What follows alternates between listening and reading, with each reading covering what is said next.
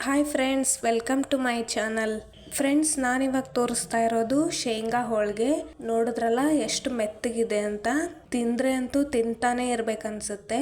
ಇವತ್ತಿನ ವಿಡಿಯೋದಲ್ಲಿ ಶೇಂಗಾ ಹೋಳಿಗೆನ ಯಾವ ಥರ ಮಾಡೋದು ಅಂತ ತೋರಿಸ್ಕೊಡ್ತೀನಿ.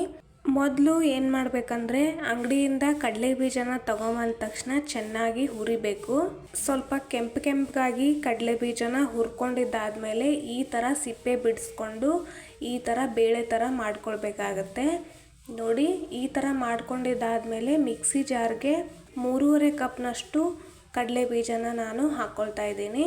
ಅಂದರೆ ನಿಮಗೆ ಅಳತೆ ಗೊತ್ತಾಗಲಿ ಅಂತ ನಾನು ಗ್ಲಾಸ್ ಅಳತೆಯಲ್ಲಿ ತೋರಿಸ್ತಾ ಇದ್ದೀನಿ. ನೋಡಿ, 3.5 ಗ್ಲಾಸ್ನಷ್ಟು ಕಡಲೆ ಬೀಜನ ನಾನು ರುಬ್ಕೊಂಡು ಹಾಕ್ಕೊಳ್ತಾ ಇದ್ದೀನಿ. ಈ ಥರ ಮೆತ್ತಗಾಗಬೇಕು ಪೂರ್ತಿ ಕಡಲೆ ಬೀಜ. ಈ ಥರ ನೀವು ರುಬ್ಕೊಳ್ಬೇಕಾಗತ್ತೆ. ಈ ಥರ ಮೆತ್ತಗಾಗೋವರೆಗೂ ರುಬ್ಕೊಂಡು ಒಂದು ತಟ್ಟೆಗೆ ಹಾಕ್ಕೊಳ್ತಾ ಇದ್ದೀನಿ. ಕಡಲೆ ಬೀಜ ಒಂದು ಕೂಡ ಉಳಿಬಾರ್ದು, ಆ ಥರ ಮಿಕ್ಸಿಗೆ ಹಾಕ್ಕೊಂಡು ರುಬ್ಕೊಳ್ಬೇಕಾಗತ್ತೆ. ನೋಡಿ, ಈ ಥರ ರುಬ್ಕೊಂಡು ಇದನ್ನು ಉದ್ರುದ್ರಾಗಿ ಮಾಡ್ಕೊಳ್ಬೇಕಾಗತ್ತೆ. ಕಡಲೆ ಬೀಜನ ಉದ್ರುದ್ರಾಗಿ ಮಾಡ್ಕೊಂಡಾದ್ಮೇಲೆ ಇವಾಗ ಪುಡಿ ಮಾಡಿರೋ ಬೆಲ್ಲನ ಮಿಕ್ಸಿ ಜಾರ್ಗೆ ಹಾಕ್ಕೊಳ್ತಾ ಇದ್ದೀನಿ. 3.5 ಕಪ್ನಷ್ಟು ಕಡಲೆ ಬೀಜನ ಹಾಕ್ಕೊಂಡಿದ್ದೀವಲ್ಲ, ಇಲ್ಲಿ 2 ಕಪ್ನಷ್ಟು ಬೆಲ್ಲನ ಹಾಕ್ಕೊಳ್ತಾ ಇದ್ದೀನಿ. ಬೆಲ್ಲನೂ ಕೂಡ ಮಿಕ್ಸಿ ಜಾರ್ಗೆ ಹಾಕ್ಕೊಂಡು ರುಬ್ಕೊಳ್ಬೇಕಾಗತ್ತೆ. ರುಬ್ಕೊಂಡು ಕಡಲೆ ಬೀಜನ ಏನು ಪೌಡ್ರ್ ಮಾಡಿದ್ವಲ್ಲ ಅದಕ್ಕೆ ಹಾಕ್ಕೊಂಡು ಪೂರ್ತಿಯಾಗಿ ಒಂದ್ಸಲ ಕೈಯಿಂದ ಮಿಕ್ಸ್ ಮಾಡಿಕೊಂಡು ಮತ್ತೆ ಪೂರ್ತಿಯಾಗಿ ಎರಡನ್ನೂ ಮಿಕ್ಸ್ ಆಗೋ ಥರ ಮಿಕ್ಸಿ ಜಾರ್ಗೆ ಹಾಕ್ಕೊಂಡು ರುಬ್ಕೊಳ್ಬೇಕಾಗತ್ತೆ. ಮತ್ತೆ ಎರಡನ್ನೂ ಮಿಕ್ಸ್ ಮಾಡಿಕೊಂಡು ಯಾಕೆ ರುಬ್ಕೊಳ್ಬೇಕಂದ್ರೆ, ಕೈಯಿಂದ ಮಿಕ್ಸ್ ಮಾಡಿಕೊಂಡ್ರೆ ಪೂರ್ತಿಯಾಗಿ ಬೆಲ್ಲ ಕಡಲೆ ಬೀಜದ ಪೌಡರು ಮಿಕ್ಸ್ ಆಗಲ್ಲ. ಹಾಗಾಗಿ ಒಂದ್ಸಲ ಗ್ರೈಂಡ್ ಮಾಡ್ಕೊಂಡ್ಬಿಟ್ರೆ ನೋಡಿ ಈ ಥರ ಮಿಕ್ಸ್ ಆಗುತ್ತೆ. ಬೆಲ್ಲನೂ ಕೂಡ ಕರಗುತ್ತೆ. ಇವಾಗ ಒಂದ್ಸಲ ತಿಂದು ಟೇಸ್ಟ್ ನೋಡ್ಬೋದು. ಸ್ವಲ್ಪ ಬೆಲ್ಲ ಏನಾದರೂ ಜಾಸ್ತಿ ತಿನ್ನೋರಾಗಿದ್ರೆ ಇನ್ನೊಂದು ಸ್ವಲ್ಪ ಬೆಲ್ಲ ಹಾಕ್ಕೊಂಡು ಮಿಕ್ಸ್ ಮಾಡ್ಕೊಳ್ಬೋದು. ನೋಡಿ, ಶೇಂಗಾ ಹೋಳಿಗೆ ಮಾಡಬೇಕಾದ್ರೆ ಈ ಹೂರಣನ ರೆಡಿ ಮಾಡ್ಕೊಳ್ಬೇಕಾಗತ್ತೆ. ಫಸ್ಟು ಕಡಲೆ ಬೀಜದ ಹೂರಣನ ರೆಡಿ ಮಾಡಿಕೊಂಡು ಸೈಡ್ಗೆ ಇಟ್ಕೊಂಡು ಇವಾಗ ಹೋಳಿಗೆ ಮಾಡೋಕ್ಕೆ ಮೈದಾ ಹಿಟ್ಟನ್ನ ನಾದ್ಕೊಳ್ಬೇಕು. ಮೈದಾ ಹಿಟ್ಟನ್ನ ತಗೊಂಡು ಇದಕ್ಕೆ ಸ್ವಲ್ಪ ಹಾಲನ್ನ ಹಾಕ್ಕೊಂಡು ನೀರನ್ನ ಹಾಕ್ಕೊಂಡು ನಾದ್ಕೊಳ್ಬೇಕು.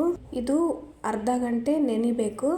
ಅರ್ಧ ಗಂಟೆ ಬಿಟ್ಟಾದಮೇಲೆ ಹೋಳಿಗೆ ಮಾಡೋಕ್ಕೆ ಸ್ಟಾರ್ಟ್ ಮಾಡಿದ್ರೆ ಹೋಳಿಗೆ ತುಂಬಾ ಚೆನ್ನಾಗಿ ಬರುತ್ತೆ.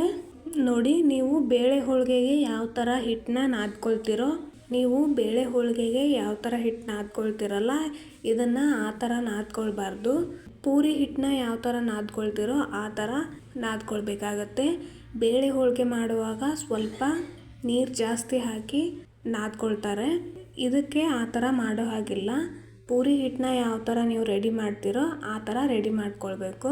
ಹಿಟ್ಟನ್ನ ನಾದ್ಕೊಂಡಾದ ನಂತರ ಹೂರಣ ಏನು ರೆಡಿ ಮಾಡ್ಕೊಂಡಿದ್ವಲ್ಲ ಅದನ್ನು ಈ ಥರ ಚಿಕ್ಕ ಚಿಕ್ಕ ಉಂಡೆಗಳಾಗಿ ಮಾಡ್ಕೊಂಡು ಇಟ್ಕೋಬೇಕಾಗತ್ತೆ. ಎಲ್ಲನೂ ಒಂದೇ ಸತಿ ಉಂಡೆ ಮಾಡಿಕೊಂಡ್ರೆ ಹೋಳಿಗೆನ ಬೇಗ ಮಾಡ್ಬೋದು. ಈ ಥರ ಚಿಕ್ಕ ಚಿಕ್ಕ ಉಂಡೆಗಳನ್ನು ಮಾಡ್ಕೊಂಡು ಇಟ್ಕೊಂಡು ನೋಡಿ, ಮೈದಾ ಹಿಟ್ಟು ಇವಾಗ ಚೆನ್ನಾಗಿ ನೆಂದಿದೆ. ಪೂರಿನ ಯಾವ ಥರ ಶೇಪಲ್ಲಿ ಮಾಡ್ತಿರಲ್ಲ ಅದಕ್ಕಿಂತ ಸ್ವಲ್ಪ ಚಿಕ್ಕ ಉಳ್ಳೆಗಳಾಗಿ ಮಾಡಿಕೊಂಡು ಬೇಳೆ ಹೋಳಿಗೆನ ಯಾವ ಥರ ನೀವು ತುಂಬಿ ಮಾಡ್ತಿರೋ ಅದೇ ಥರ ಮಾಡೋದು. ಆದರೆ ಹೋಳಿಗೆನ ದೊಡ್ಡದಾಗಿ ಮಾಡ್ತಾರೆ. ಈ ಶೇಂಗಾ ಹೋಳಿಗೆನ ಚಿಕ್ಕ ಚಿಕ್ಕದಾಗಿ ಮಾಡ್ಕೊಳ್ಬೇಕು. ಅಂದರೆ ಪೂರಿ ಸೈಜಲ್ಲಿ ಮಾಡಬೇಕು. ಬೇಳೆ ಹೋಳಿಗೆಯಲ್ಲಿ ಹೂರಣನ ಯಾವ ಥರ ತುಂಬಿ ಮಾಡ್ತಿರೋ ಸೇಮ್ ಅದೇ ಥರ ಶೇಂಗಾ ಹೋಳಿಗೆನ ಮಾಡೋದು. ಬೇಳೆ ಹೋಳಿಗೆ ಆದರೆ ಸ್ವಲ್ಪ ಮೃದುವಾಗಿರೋದ್ರಿಂದ ಸ್ಮೂತಾಗಿ ಮಾಡಬೇಕಾಗುತ್ತೆ. ಇದೇನು ಕಷ್ಟ ಆಗಲ್ಲ. ಇದು ಹರಿಯೋದು ಇಲ್ಲ. ಸಿಂಪಲ್ಲಾಗಿ ಈ ಥರ ಆರಾಮಾಗಿ ಚಪಾತಿ ಥರ ಲಟ್ಟಿಸ್ಬೋದು. ತುಂಬಾ ಟೇಸ್ಟಿ ಆಗುತ್ತೆ. ಈ ಥರ ಮಾಡಿಕೊಂಡು ಸ್ನ್ಯಾಕ್ ಥರ ತಿಂದರೆ ತುಂಬಾ ಚೆನ್ನಾಗಿರುತ್ತೆ. ನೀವು ಒಂದ್ಸಲ ಟ್ರೈ ಮಾಡಿ ನೋಡಿ. ಸಿಂಪಲ್ ಆಗಿದೆ, ತಿನ್ನೋಕ್ಕಂತೂ ತುಂಬಾ ಟೇಸ್ಟಿ ಆಗುತ್ತೆ. ಯಾಕಂದರೆ ಹುರಿದಿಟ್ಕೊಂಡಿರೋ ಕಡಲೆ ಬೀಜದಿಂದ ಮಾಡಿರೋದಂದರೆ ಅದರ ಟೇಸ್ಟೇನೆ ಬೇರೆ. ನೋಡಿ, ಈ ಥರ ಲಟ್ಟಿಸ್ಕೊಂಡು ಲೋ ಫ್ಲೇಮಲ್ಲಿ ತವಾ ಮೇಲೆ ಒಂದಾದ್ಮೇಲೆ ಒಂದು ಈ ಥರ ಬೇಯಿಸ್ಕೊಳ್ಬೇಕಾಗತ್ತೆ. ಪೂರ್ತಿ ಸೀದ್ ಹೋಗೋವರೆಗೂ ಬೇಯಿಸ್ಕೊಳ್ಬಾರ್ದು.